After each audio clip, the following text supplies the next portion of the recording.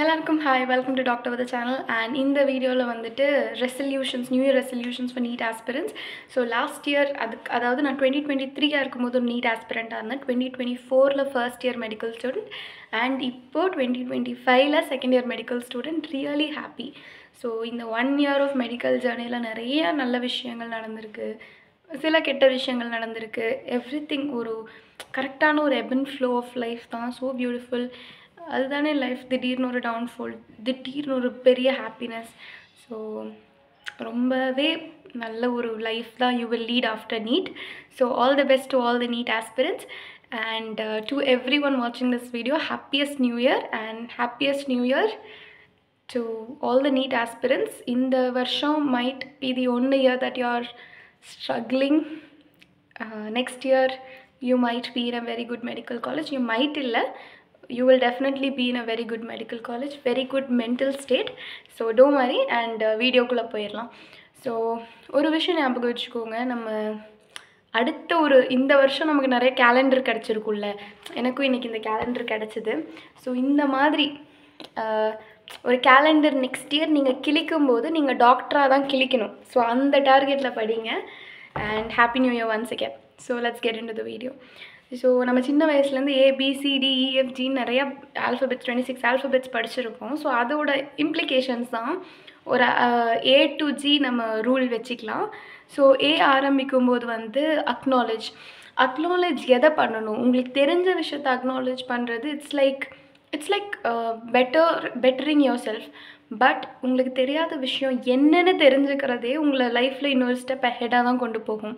So இப்போ for example ஃபிசிக்ஸில் நீங்கள் படிக்கிறீங்க, எனக்கு இந்த டாபிக் வரலைன்னு உங்களுக்கு இப்போ தெரிஞ்சாலே you are half better than anyone else. எனக்கு இது நல்லா வரும்னு கான்ஃபிடெண்ட்டாக இருக்கிற பர்சனை விட என்னோடய வீக்னஸ் எதுன்னு அனலைஸ் பண்ணுறவங்க லைஃப்பில் இன்னும் ஈஸியாக மேலே போவாங்க. பிகாஸ் எனக்கு இதுதான் வருதில்லை, எனக்கு அதுதான் வருதில்லைன்னு ஈஸியாக சொல்கிறவங்கள விட அவங்கள ப்ராப்பராக if you analyse your inner self better, the best outcome is on your way. So அதை ஞாபகம் வச்சுக்கோங்க. Second point, so first point வந்து acknowledge your issues.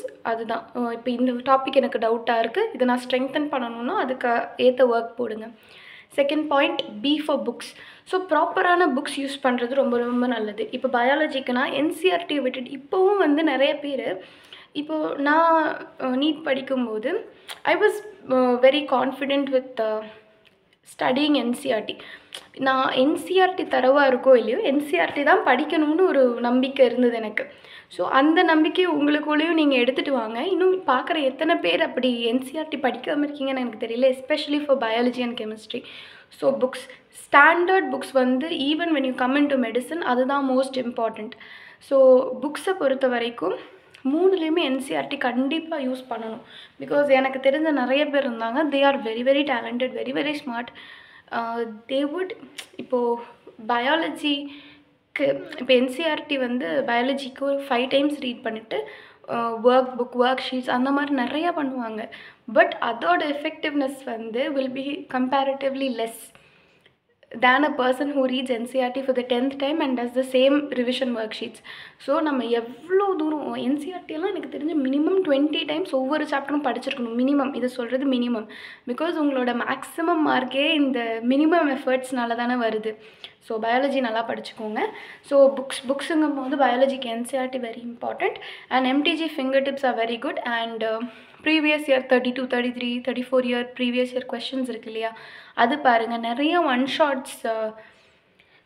Short videos Vedantu one academy இதெல்லாம் போடுவாங்க. ஸோ அந்த மாதிரி வீடியோஸ் பார்த்துக்கோங்க ஃபார் பெட்டர் அண்டர்ஸ்டாண்டிங் உங்களுக்கு புரியாத டாபிக்ஸ்க்கு. So have different sources. But அது உங்களோட புரிதலுக்கு தான் நீங்கள் அதை பார்க்கணுமே தவிர்த்து அது உங்களை குழப்பி விடக்கூடாது. ஸோ மெயின் சோர்ஸ் வந்து உங்களோட NCERT புக் பயாலஜிக்கு, MTG finger tips, past year questions, அப்புறம் உங்களோட இன்ஸ்டிடியூட் அப்படி கொடுக்குற அந்த ஒர்க் ஷீட்ஸ். 5th பிளேஸில் தான் வந்துட்டு நீங்கள் பார்க்க வேண்டிய ஒன் ஷாட்ஸ். சும்மா நீங்கள் ஒரு நிமிஷத்தில் டீ குடிக்கும் போதும் இப்போ உங்களுக்கு கொஞ்சம் பிரேக் தேவையில்லை, நல்லா தானே இருக்கும் அப்படின்னு தோன்ற பட்சத்தில் நீங்கள் அந்த ஒன் ஷாட்ஸ்லாம் பார்க்கலாம், நிறைய கொஷின் சால்வ் பண்ணலாம் ஃபோனில் அது இதுன்னு. பட் உங்களோட main source has to be your NCERT. எல்லா டாப்பிக்கையும் ரீட் பண்ணி make sure you jot down the questions. இப்போ for example largest flower in the world is ரஃப்லீஷியான்னு கொடுத்துருந்தாங்கன்னா என்சிஆர்டியில் which is the largest flower in the வேர்ல்டுன்னு போட்டு நீங்கள் ஆன்சர் எழுதி வைங்க. அப்போது நெக்ஸ்ட் டைம் இது வந்து புக்கை ஒரு 10 டைம்ஸ் ரீட் பண்ணிவிட்டு 11th டைம் இதை பண்ணுங்கள். ஓகேங்களா? அப்போ நீங்கள் கொஷின் பார்த்த உடனே உங்களுக்காக ஆன்சர் தோணணும். அந்த ஆன்சர் பார்த்து நீங்கள் சொல்லக்கூடாது. ஸோ அந்த மாதிரி prepare your own question bank. அதனால தான் எப்போவுமே examiners are smarter than the students because they keep looking into the book. அந்த ஒரு புக்கில் உங்களை எப்படி கீழே விழுக்காட்டலான்னு பார்க்குறாங்க. ஆனால் இல்லை, நான் விலக மாட்டேன், நான் எந்திரிச்சு நிற்பேன், நீங்கள் காட்டணும். அப்போது what can you do different from another person, அதுதான் பார்க்கணும். ஓகேங்களா? அடுத்தது கெமிஸ்ட்ரிக்கும் சேம் பேட்டர்ன். நான் இதை தான் ஃபாலோ பண்ணேன். So for chemistry NCERT, first place NCERT, and organic inorganic if you are studying from home, I would say the best source is Alak Pandey sir, அதாவது physics வாலா. அதுக்கப்புறம் வந்து NCERTயோட exemplar questions, example questions, text புக்கில் இருக்கிற example questions, எக்ஸாம்பிளர்னு தனியாக ஒரு book வைப்பாங்க, அதோட கொஷின்ஸ். அதுக்கப்புறம் வந்து MTG finger tips, past year questions. அப்புறம் இண்டிவிஜுவலான ஒர்க் ஷீட்ஸ் பண்ணி பாருங்கள். எங்கள் இன்ஸ்டியூட் ப்ரொவைட் பண்ணுற ஒர்க் ஷீட்டோ மார்க் பேப்பர்ஸோ என்னென்னாலும் ஓகே. அதுக்கப்புறம் அதுக்கப்புறம் வந்து ஃபிசிக்ஸுக்கும் சேம் பேட்டர்ன், கெமிஸ்ட்ரிக்கும் சேம் பேட்டர்ன். இதெல்லாம் பெருசாக ஒரு டிஃப்ரென்ஸ் வராது. அண்ட் இது ரெண்டுத்துக்குமே புக்ஸ் இவ்வளோ தான். ஸோ டு சம்மரைஸ் வந்துட்டு நான் 1 செகண்ட் ஜோன் அவுட் ஆகிட்டேன். ஸோ டு சம்மரைஸ் வந்துட்டு பயாலஜிக்கு வந்துட்டு இது எடுத்துக்கோங்க. சிம்பிள் ஒரு 4 புக் தான் வரும் பயாலஜிக்கு. ஃபஸ்ட்டு வந்து NCERT, then comes your question making from your NCERT after reading the 11th time, after reading the 10th time, 11th time இது எழுதிக்கோங்க. MTG இதுக்கும் எக்ஸாம்பிளை ரெஃபர் பண்ணுங்கள், it's pretty good. Example questions புக்கில் இருக்காது, எக்ஸாம்பிள்ஸ் பின்னாடி கொஞ்சம் கொஷின்ஸ் இருக்கும், அதை கொஞ்சம் பார்த்துக்கோங்க. பேசிக்காக பயாலஜியில் NCERTயில் ஒரு டாட்டுக்கு கூட நிறையா பாயிண்ட் இருக்குது, நிறைய வேல்யூ இருக்குது, நிறைய மீனிங் இருக்குது. அது வந்து உங்களுக்கே தெரியும்ல, ஃப்ளோரல் ஃபார்முலா அதில் ஒரு point, it makes a little difference. So அந்த மாதிரி everything makes a lot of value. So MTG finger tips, அப்புறமா வந்து previous questions, mock papers and worksheets, அவ்வளோதான். இதே வந்துட்டு ஃபிசிக்ஸ் கெமிஸ்ட்ரிக்கு கொஞ்சம் டிஃப்ரெண்டான அப்ரோச். கெமிஸ்ட்ரி அண்ட் ஃபிசிக்ஸ் கொஞ்சம் நல்லா புரிஞ்சு படிச்சுக்கோங்க பிகாஸ் இட்ஸ் வெரி இம்பார்ட்டண்ட். எப்படி கொஷின் கேட்டாலும் உங்களுக்கு ஆன்சர் தெரியணும் because the exam is super near. உங்களுக்கு டைம் இருக்குது 3 monthsல. எனக்கு தெரிஞ்சு 3 monthsல நீங்கள் வந்து 550 எல்லாம் if you have good knowledge. இப்போ இந்த ஸ்டேஜில் நீங்கள் வந்து ஒரு 300 இல்லை 400, 300 கூட இல்லை, ஒரு 400 இஃப் யூ கெட்டிங், உங்களுக்கு இந்த 4 monthsல, அதாவது மேலே வர்ற எக்ஸாம்லேயும் you can easily score 550 to 650. அதில் 650 எனக்கு அஷார் பண்ண முடியாது, but I was a student who took 450s in my Jan exams. So May எக்ஸாமில் எங்களுக்கு May 7 எக்ஸாம் நடந்துச்சு. So I was able to score 511. Comparatively little tough paper தான். So அதனால் you can do it. If I can do it, you can do it. ஒரு 400 ரேஞ்சில் இருக்கீங்கன்னா உங்களுக்கு ஓரளவுக்கு ஐடியா இருக்குது. உங்களோட வீக்னஸ் உங்களுக்கு ஃபஸ்ட் பாயிண்ட் யோசிங்க, உங்களோட வீக்னஸ் உங்களுக்கு தெரிஞ்சால் you can do it. Third point consistency. எல்லாருமே சொல்கிறது தான் இது. சின்ன விஷயம், ஒரு ரொம்ப ரொம்ப சின்ன விஷயத்துலேருந்து ரொம்ப ரொம்ப பெரிய விஷயத்தில் ஒரு டிஃப்ரென்ஸ் மேக் பண்ணுறது கன்சிஸ்டன்சி தான். ஸோ இப்போ ஒரு நான் இருக்கேன், இன்னொருத்தங்க இருக்காங்க. இப்போ ஃபார் எக்ஸாம்பிள் நானே சொல்லணும்னா இன்னொருத்தங்க இருந்தாங்க. Actually it's a beautiful story actually to talk about. நானும் இன்னொருத்தங்களும், அவங்களுக்கு வந்து ரிசர்வேஷன்லாம் இருக்குது. ஸோ நான் கேட்பேன், உனக்கு தான் ரிசர்வேஷன் இருக்கே, நீ எதுக்கு இவ்வளோ ஹார்ட் ஒர்க் பண்ணி படிக்கிற அப்படின்னு கேட்பேன். டெய்லி நான் வந்து ஃபார் எக்ஸாம்பிள்